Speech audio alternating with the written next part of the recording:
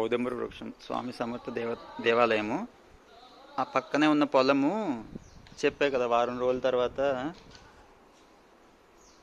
తుఫాన్ వస్తుంది అన్నారని చెప్పి స్వామీజీ ఆ పొలాన్ని మొత్తం కట్ చేసేయమంటారు.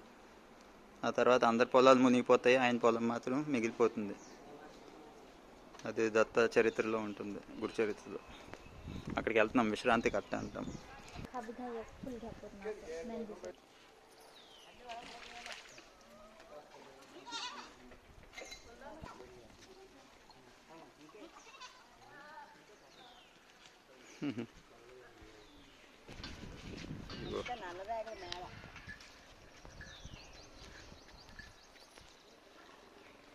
భలే ఉంది ప్లేస్, ప్రశాంతంగా.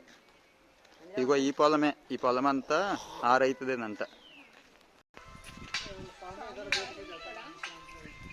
శాంతి కట్ట ఈ పొలమే, అదంతా కూడా.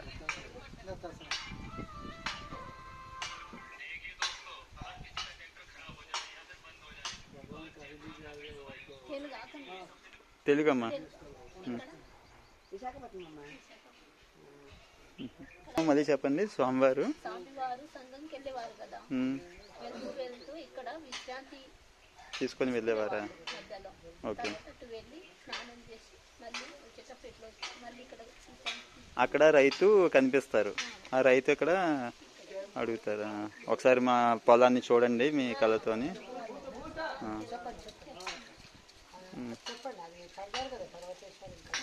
చదివాను. అవునవునమ్మా, చదివాము. స్వామి మహిమతోటి జరిగింది. ఎందుకు జరిగింది? స్వామి మీద విశ్వాసం ఉన్నందుకు. స్వామి మీద విశ్వాసం లేకపోతే మనం ఎన్నిసార్లు పారాయణ చేసినా పేజీలు తిరిగేసినట్టే అవుతుంది. కాబట్టి విశ్వాసంతో మనం చదవాలి. గాంగాపురంకి వచ్చినప్పుడు 5 విషయాలు చేయాలి: సంగమ స్నానాలు, దర్శనాలు, పారాయణం కంపల్సరీ 3 కానీ 5 కానీ 7 రోజులలో చేయాలి. పారాయణం చేసేటప్పుడు భిక్షని స్వీకరించాలి. ఇక్కడ గాంగాపురం ఎక్కడ ఇచ్చినా భిక్ష, హోటళ్ళలో తినకుండా. తర్వాత మనము భిక్ష అంటే తెలుసు కదా, తర్వాత మనం పూర్తి అయిన తర్వాత మనం ఉద్యాపనం చేసిన తర్వాత పూజ చేయించుకొని మనం స్నానం చేసి మడితోటి ప్రసాదం తయారు చేసి పంచాలి. అని మడికలేదు. ఆ విధంగా చేస్తే మనం ఇంటికి వెళ్ళే వరకు మన కోరిక నెరవేరుతుంది. భక్తి ఉండాలి.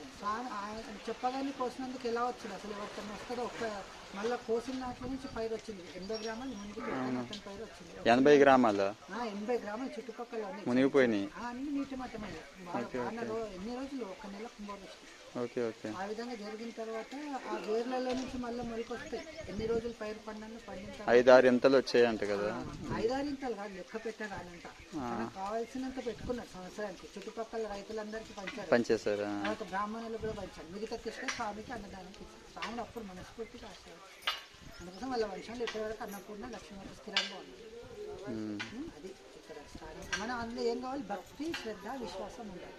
అందుకోసం గురుచరిత్ర చదువుతున్నాం, ఇలా ప్రతిరోజు చదువుతుంటాం. ఏంటంటే రోజు ఒక అధ్యాయం చదివితే మనలో జ్ఞానం, భక్తి, విశ్వాసం అనేది దృఢంగా మన లోపల బలపరిచి మనం భక్తి మార్గంలో స్థిరంగా ఉంటాము. జ్ఞాన మార్గంలో, ఐదుసూతత్వ మార్గంలో గురు భగవంతుడు ఎలా చెప్పాడు, గురువు తత్వం ఎలా ఉంది అనేది మనకు అది నడిపిస్తుంది. వెంటనే ఉంటాడు గురుదేవుడు.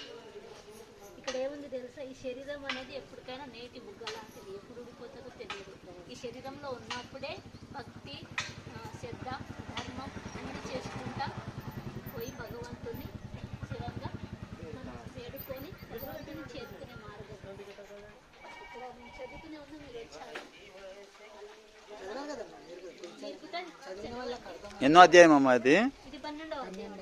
ఇక్రేల్ భరద్వాజ మాస్టర్ గారి బుక్ అది. Okay okay.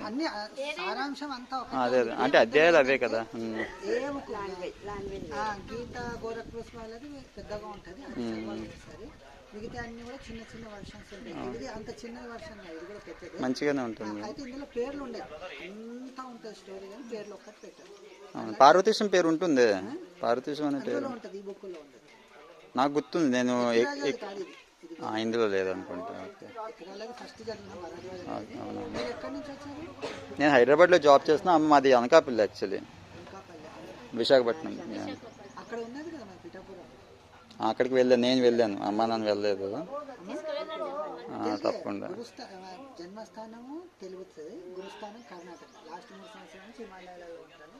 ఒకటి మనము ఇక్కడ వచ్చిన పారాయణం చేసిన ఫలితాన్ని మధుపాని మాంసము మత్తు లాంటివి తీసుకోకూడదు. అది మహాపాపం. అది మనని ఏవి ఎక్కడికి పోనీయదు, మంచి పని చేయనీయవు. అవన్నీ కిందికి వాడేస్తుంటాయి, మనని జన్మ గిట కిందికి హీనంగా తెచ్చిస్తాయి. మానేసుకొని మనం ముందుకెళ్ళుకుంటూ భగవంతుని చేరుకోవాలి. మనం మోక్షం అంటే దిగండి ఆయన ఒక్కసారి దిగితే ఈ స్నానం యొక్క శక్తి తీసుకోవాలి కదా మీరు. స్వామి పొలంలో పాదం ఎందుకు మోతున్నాడు? ఆ భక్తుల కోసం ఇంత దూరం వచ్చారు. అప్పట్లో నది ఇంకా మీది ఉంటుంది, లోపలికి వెళ్ళిపోయినది. ఆ నది ఒడ్డుకుంటుంటే భక్తులు వెళ్ళేవారు. ఆ బాట మునిగిపోయారు. స్వామి నడిచిన బాట మీది. ఎందుకు ఆ భక్తులు రోజు స్వామికి భక్తితో వేరుకుంటారు. ఎక్కువ దూరం అని స్వామి దారిలో వచ్చారు. భక్తులు శిష్యులు దగ్గర కింద నుంచి అది మునిగిపోయి, అందుకోసం భగవంతుడు వచ్చిన దారిలో మనం ఒక నిమిషం కూర్చోాలి. విశ్రాంతి కట్ట దగ్గర ఈమె ఎందుకు చేసుకుంటుంది పారాయణ ఇక్కడ కూర్చొని ఇక్కడ వృద్ధి స్థానం అండి. స్వామి వాళ్ళకి ఆశీర్వదించలేదు. ఆధ్యాత్మికము లౌకికము ఆదివారం అన్ని అభివృద్ధి చెందుతాయి. మీరు ఉద్యోగంలో ప్రగతి సాధించాలనుకోండి, అది కూడా పొందొచ్చు. ఇక్కడ మీరు వచ్చి ఒకసారి అన్నదానం చేసుకోండి. ఇక్కడ గుడిలో జరిగే అన్ని పూజలు అభిషేకాలు అన్నీ ఇక్కడ జరుగుతాయి. అక్కడ ధను ఉంది, తీర్థం ఇచ్చి ధను భస్మం మేము రోజు ఇక్కడ ఇక్కడైనా ఏముంది తెలుసా, పారాయణం చేయడంలో మనలో ఒక శక్తి పెరుగుతుంది, బాగుంటుంది. గురు పట్ల భక్తి, మన సంకల్పం గట్టిగా. అదే మీరు భగవంతుని పట్ల మనం ఇది చదువుతుంటే మనలో ఒక ఆధ్యాత్మిక జ్ఞానం, అజ్ఞానం తొలగిపోతుంటది, పాపం నశించిపోతుంటది, జ్ఞానం అనేది బాగా దృఢంగా నిలిచిపోతుంది. మనం ఏమనుకున్నా తప్పకుండా అవిశ్వాసం ఇందులోనే కలుగుతుంది. భగవంతుడు ఇది చదివినామంటే మన హృదయంలో నిండుగా నిలిపోతాడు. ఆల్మోస్ట్ ఏం కనిపిస్తాడు, ఎక్కడ చూసినా పరమాత్ముడు ఉన్నాడు కదా అన్న ఒక్క విశ్వాసం మనలో నిలిచిపోతుంది. అప్పుడు మనకు ఎలాంటి సమయం, ఎలాంటి అభయం ఉన్నా, ఎలాంటి సమస్యలో, ఎలాంటి ఏదైనా సరే, ఏదో జాబ్ చేస్తున్నా, ఇంట్లో ఏదైనా సమస్యలు ఉన్నా, ఏమన్నా సరే, భగవంత దత్త నువ్వే ఉన్నావు కదా అని తలుచుకున్నామంటే మన హృదయంలో ఏదో రూపంలో కష్టం తప్పదు, కానీ దాన్ని మనిషికి కదా అవునవును కష్టం కర్మానుసారం వచ్చింది కాబట్టి ఈ జన్మకైనా మనము కర్మని తొలగించుకు పూర్తిగా వేగంగా కర్మలు చేసుకొని భగవంతుడు లేక భగవంతుడు ఏమన్నాడు, ఈ శరీరం వదిలేసినాక మనం వెళ్ళేది భగవంతుని యొక్క హృదయంలో వెళ్ళిపోయినాం అనుకో, మనకు అప్పుడు ఏముండదు. కర్మ అంటదు, పుణ్యం అంటదు, పాపం అంటదు. అంతే ఆ మార్గంలో నడవాలంటే ఒకటేసారి నడవలేము, ఏం లేదు, చాలా కష్టం. పడి లేస్తూ ఉండాలి, చాలా ముఖ్యం అది. పర్వాలేదు, లేచినా పర్వాలేదు, భగవంతుడు లేపుతుంటాడు. మనం పడిపోయినాం కదా, కిందనే పడిపోవద్దు, లేవడానికి ప్రయత్నం చేయాలి, అడుగు ముందేయాలి. అప్పుడే భగవంతుడు మనం ఒక్క అడుగు వేసినాం అనుకో 100 అడుగు మన నడిపిస్తాడు. ఎవరు? ఆ గురుదేవుడు. కాబట్టి ఆ విశ్వాసం పెట్టుకోవాలి. ఒకటి ఏంటంటే మధుపాన్యం అవన్నీ అలవాట్లేదు, అది ఉండొద్దు. ఇంకా ఏవైనా సరే గుక్క అలాంటివి ఏమి తినకుండా భక్తి శ్రద్ధలతో రోజు ఒక అధ్యాయం మీరు ఏమి చేయకుండా, రోజు ఒక అధ్యాయం మీరు పొద్దున లేచి స్నానం చేసుకొని రోజు ఒక అధ్యాయం చదువుకొని మీరు మీ పనికి మీరు వెళ్ళండి. అంత మనకు విజయమే జరుగుతుంది. ఆ విశ్వాసం. కూర్చోండి డాడీ, ఒక నిమిషం కూర్చోండి. ఇచ్చాను నేను, కొని తెచ్చేసా. ఎదరికి నాన్నకో బుక్, అమ్మకో బుక్.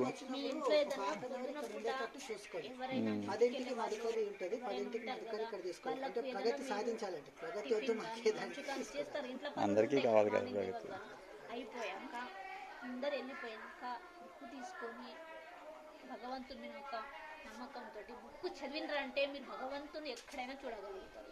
రోజు ఒక అధ్యాయం పారాయణం చేసుకొని భగవంతుని యొక్క స్మరణతోటి చేసుకొని మీ ఇల్లు గిట్ట దేవాలయం అయిపోతుంది. గురేమన్నారు తెలుసా, మన ఇల్లే మనకు దేవాలయం చేసుకోవచ్చు మనమే. స్త్రీ వల్లే అవుతుంది అది.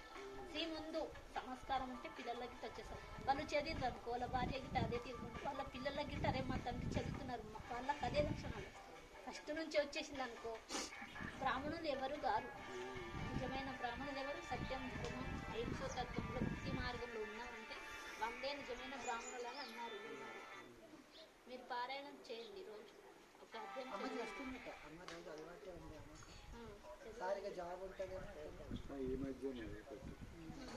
ఇక్కడ మనకు గుడిలో జరిగే అన్ని అభిషేకాలు, హోమాలు, వ్రతాలు అన్ని ఇక్కడికి జరుగుతాయి. అన్నదానం జరుగుతాయి. నిన్న వచ్చారా? మొన్న రాత్రి వచ్చాము. నిన్న మొత్తం దర్శనం చేసుకున్నాం, జన్మదినం మొత్తం చూసాము. అయితే నా నెంబర్ రాసుకొని ఇక్కడ జరిగే తప్పకుండా తప్పకుండా. మంచి మనసు మనకు కావాల్సింది. మనం ఇక్కడ వచ్చినాం ఏదో కలలేక ఇక్కడ చదివాను ఇందాక, ఇదంతా ఏంటిది లోకం అంతా మన శరీరం మన బంధువులు బలగాలంతా మనం పండుకున్న కలలేక ఏదో ఒకప్పుడు కళ మెలకైందంటే లేచిపోదాం కలలేక ఈ యొక్క జన్మ. కాబట్టి ఈ జన్మలో మనకు పూర్వజన్మలో పుణ్యం భగవంతుడు దొరికాడు. ఏదైనా చిన్న చిన్న కర్మాలు తొలగిపోవాలంటే భగవంతుని స్మరణతోటి మనము ఈ జన్మ కాకుండా వచ్చే జన్మకి ఇంకా ఉత్తమైన జన్మ వస్తుంది అన్నారు. మనం ఈ జన్మలో సంస్కారం నేర్చుకోవాలి.